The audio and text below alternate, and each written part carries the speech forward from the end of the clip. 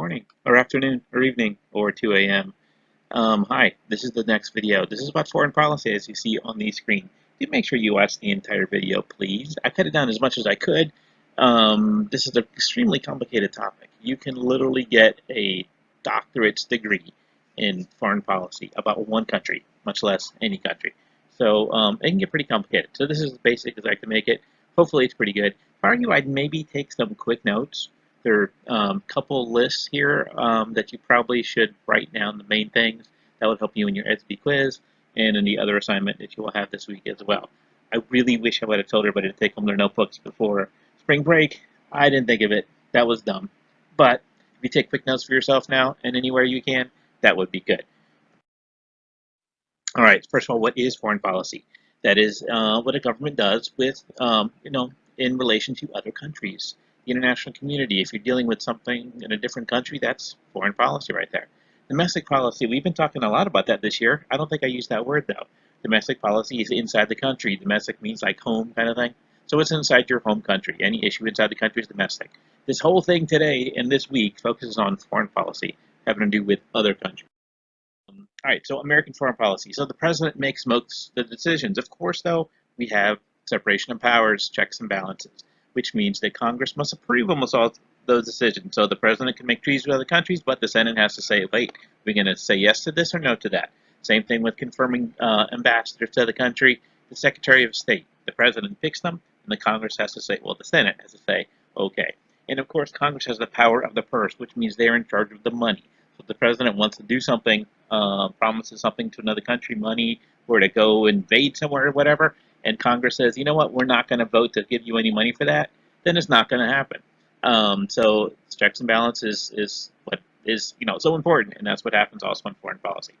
In the executive branch, the Secretary of State would be the one in charge of.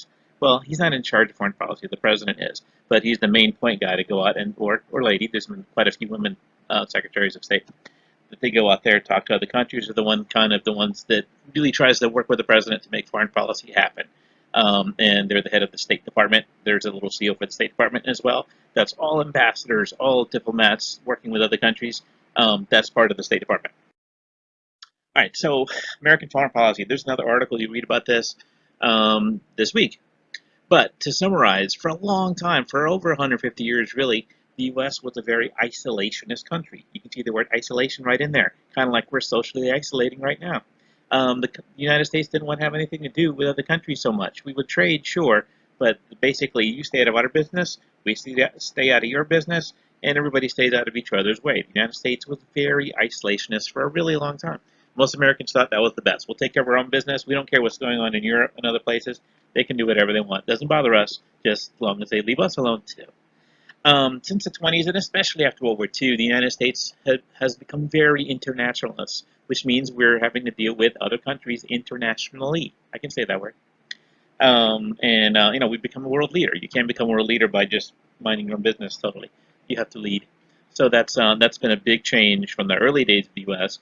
until, the last 80 to 100 years, depending how you look at it. We're becoming very internationalist. Very big contrast from the all right, so since the 1940s, the United States has four main foreign policy goals. Here's what you should probably write down. National security, international trade, world peace and stability, spreading democracy. I'm going to flip this to the next slide. Don't freak out, because it's on the next slide too. So don't worry about it if you didn't write. I'll just explain them. National security. That is obviously trying to keep the country safe, trying to keep us secure. And that's the key part of foreign policy. That really, when it comes down to it, that's the main part of foreign policy. Make sure our country is safe from anybody outside our country that would try to harm us in any way, militarily, or with trade or whatever. It's trying to keep us safe. Next thing, speaking of trade, is international trade. The U.S. since the 40s especially, but even before that, was really concerned with being able to buy and sell stuff. Sell stuff from the U.S. to other countries, and bring in stuff from other countries that we buy. Keeping things open is good because it opens new markets, and it also makes sure there's jobs. So those old cars sitting there, what is that? Is that a Packard? I'm not sure what kind of car that is. You can look it up. But whatever, those cars in the 1950s were sold all over the place, all over the world. And American cars today are still sold all over the world, but we also bring in cars from other countries as well. This whole buying and selling back and forth kind of gets business going for everybody. So it's generally a good. Next thing is world peace. And yes, peace on earth, all that good stuff. Give peace a chance. Yes, that's all good and stuff. So besides making life better for everybody, it also makes sure we're safe because if there's wars in other places, we might get pulled into it. And if people are really angry at the U.S. for some kind of war they think we started, they might, I don't know, do a terrorist attack against us. That has happened. Um, so keeping peace, keeping stability is all good. And also, if there's wars going on, there's not much trade going on. You're not shipping cars across the Pacific Ocean if there's submarines out there trying to, sink cars that are going across, sink ships, I mean. Cars don't float too well, and that's the problem. Because if the ship sinks, the cars are going down with them.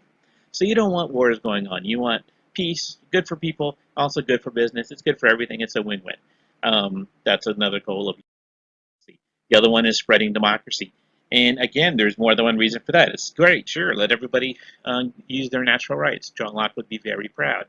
But also, democracies don't tend to fight each other because when people are voting, people don't usually want to go to war because yeah, war. I don't like that other country. But then war means you have people going off and shooting and dying and such.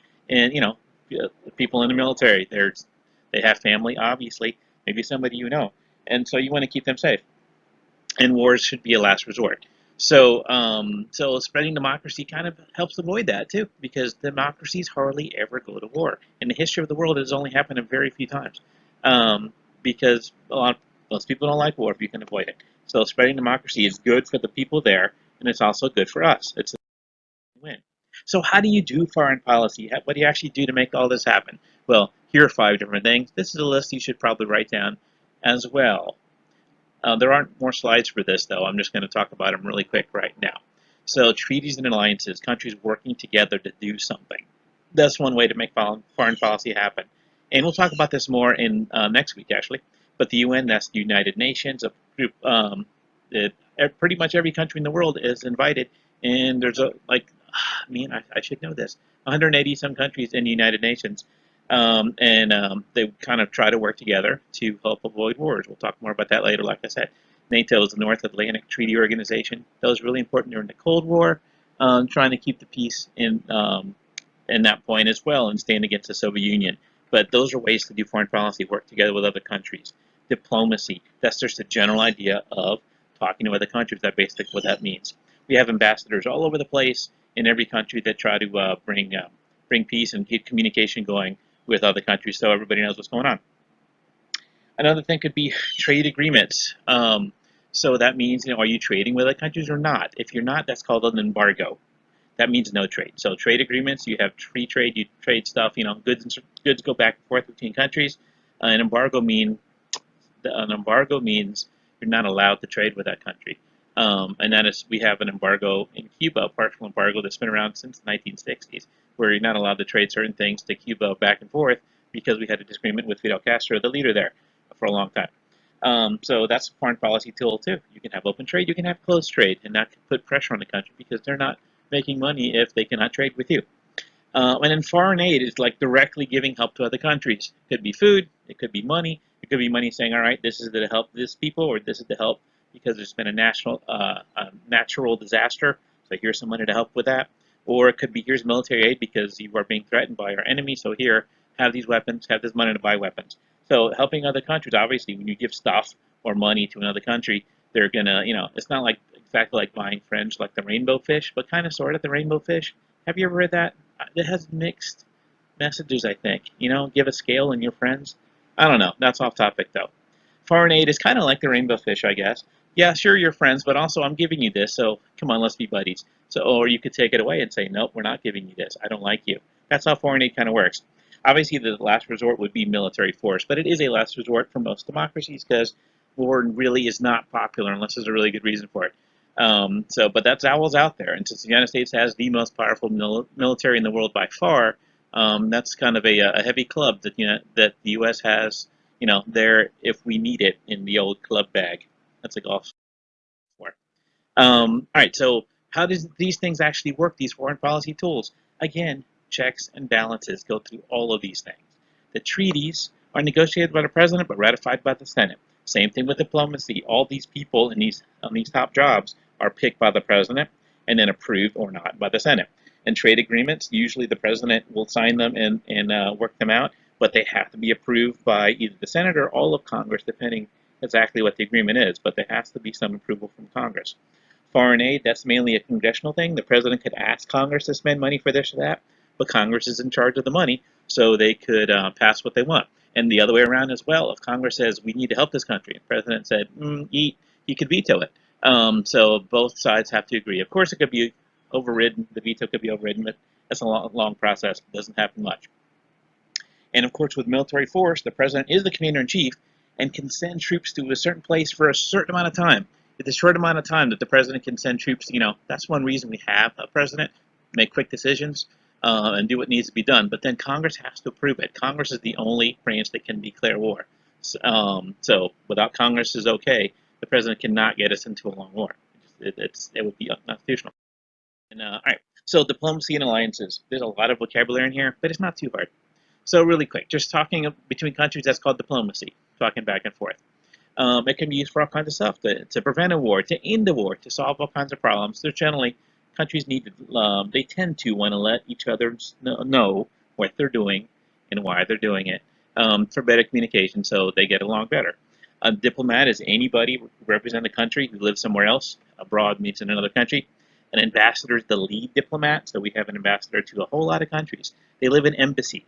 That's basically the headquarters for all the diplomats in the country. And right now, last statistic I could find was we have 169 embassies around the world. That's a lot. There's a lot of countries out there, and we have embassies in almost all of them. That's where we have somebody to talk and represent the United States government. They're there. And of course, sometimes the president gets to talk themselves with other people. That's called a summit. A summit is a meeting between leaders of countries. And that picture is a great example. That's during World War II. President Roosevelt talking to Prime Minister Winston Churchill of England, and they had talks about how how the war was going to go. And yeah, so presidents will do that occasionally, have a meeting with another world leader. That's called a summit. Usually, though, they don't just start off talking and work everything out themselves. Normally, diplomats between the countries will talk, work out the basics, and then later the leaders get involved and work out. They kind of finalize everything and sign the papers and shake hands and stuff. But don't shake hands now because coronavirus. So fist bumps or like wave from a distance. I don't know. Anyway, so alliances help too. The United Nations. We'll talk more about it later, like I keep saying. But it formed after World War II. The United States was the leader in getting that done, actually, after World War II. The first meetings were in San Francisco, and then the headquarters moved to New York by the late 1940s, and that's where they still are. And it was formed to try to bring countries together to solve problems in ways other than just fighting. And it really has helped, as you see that graph. That is, people that are killed in wars across the country. Right now, we are living in the most peaceful time ever. It might not feel like it with these strange times and all that, but it's true. There are less wars going on right now than it ever have, as you can see by the graph. And by the way, the big one on the left, that's during the 1940s, that's World War II. And then in the 1960s going on there, that was the war in Vietnam. And at the same time, there are other revolutions going on around the world. Oh, by the way, real quick, looking at the graph. Hey, look, this is kind of math and science here. Looking at the key to the graph there. Colonial means these are colonies trying to fight to be independent. As you see, that has not happened in a long time because there are not too many colonies left. Most places, these colonies are now their own country. Interstate, that doesn't mean they're fighting on I-75. That means that between states, between countries. So that's what the blue is. Civil, like civil wars inside their own country, and civil, that's with foreign interaction. That gets really complicated. You got people inside the country fighting, but other countries are helping out, getting really messy. But again, on all of these things, it's way lower than it was in the past. So the United Nations is helping. It's not the only reason this is true, but it is a reason that it's true. That it's better to find peaceful solutions to problems than start shooting at each other. All right, that's the basics of foreign policy. Your next steps are this. And again, if you have a question about stuff, please send me messages. Remind or eds be the best two ways. But do make sure you look at the checklist before you start sending me a whole bunch of messages, because most of the time the links people ask for are already in the checklist. So if the links aren't working, tell me. But try that first, please. Here's next. Next thing is there's two articles to read. U.S. Foreign Relations, the brief history. You might look at it and say, brief? Don't look brief to me. Sorry, it is kind of long. But these are actually in the standards. I'm not just throwing all this stuff at you. The standards say you should know about foreign entanglements, foreign wars, foreign different things that happen with the U.S. dealing with other countries over our entire history. And I don't care. Well, besides being on the standards, I do care that it's on the standards. But besides that, it's important anyway because if you do not know history, you are doomed to repeat it. So you don't want to have to repeat history. Well, you're going to take U.S. history next year, but this is not on that actually because most of the stuff on that list is after the Civil War, which is not stuff you're going to do in eighth grade U.S. history. Um, so yeah, it's good to know what's going on here because you might never see this again in school. So that paper, U.S. Foreign Relations: A Brief History, is kind of important for you as a future voter. Um, and for now to do your ESB quiz. There's also a shorter article from iCivics about diplomacy, which says some of the same stuff I just talked about in this video, just in different words, so you can just read it. All right, so after that, there's an ESB quiz. It's gonna be kind of longish, not long, but a little longer than last week's. Um, and we'll cover a lot. There's a lot of stuff to cover. So do make sure you have your articles or the notes you took off this video handy because it's open notes for this at this point. So take advantage of that place. And then after that, there's a writing activity. It's a little longer than last week's as well. Speaking of last week, some of those responses to the reflections about voting rights weren't that great. I just got to say, I don't want to be, don't want to be cruel or judgmental, but they weren't the best, to be honest. Make sure you answer the questions fully. I kind of give most people a break on those. A was pretty good. B was C was, man, you wrote something. So, I kind of gave you a break last week. Some of those answers were not very in depth. This week, you don't have to write a book, but like I've said, you can literally get a doctorate's degree in foreign policy, foreign relations, a bunch of different specialties out of foreign policy. So, if you can get a doctorate about it, you can at least write a couple of paragraphs, like actual paragraphs, not like one sentence, please, when you're answering those questions. All right, enough fussing at you people. I hope you all are safe and staying happy in your cooped up self. Um, and we'll see. There may be more fun videos popping up later this week. I keep saying that, but I'm just making them so good that George Lucas would like to make them into the next Star Wars movie. But I'm like, I don't know. The Purple Gorilla. I don't know what that has to do with the Force. But either way, keep an eye out for that kind of stuff. So if you subscribe to this thing and ring the bell, oh, I always wanted to say that, on the YouTube channel here, then you'll find out when anything else entertaining pops up. I've babbled long enough. All right, again, make sure you get your stuff done. Make sure you read these things. Make sure you do your best on that writing activity especially. And I'll talk to you next time. Adios.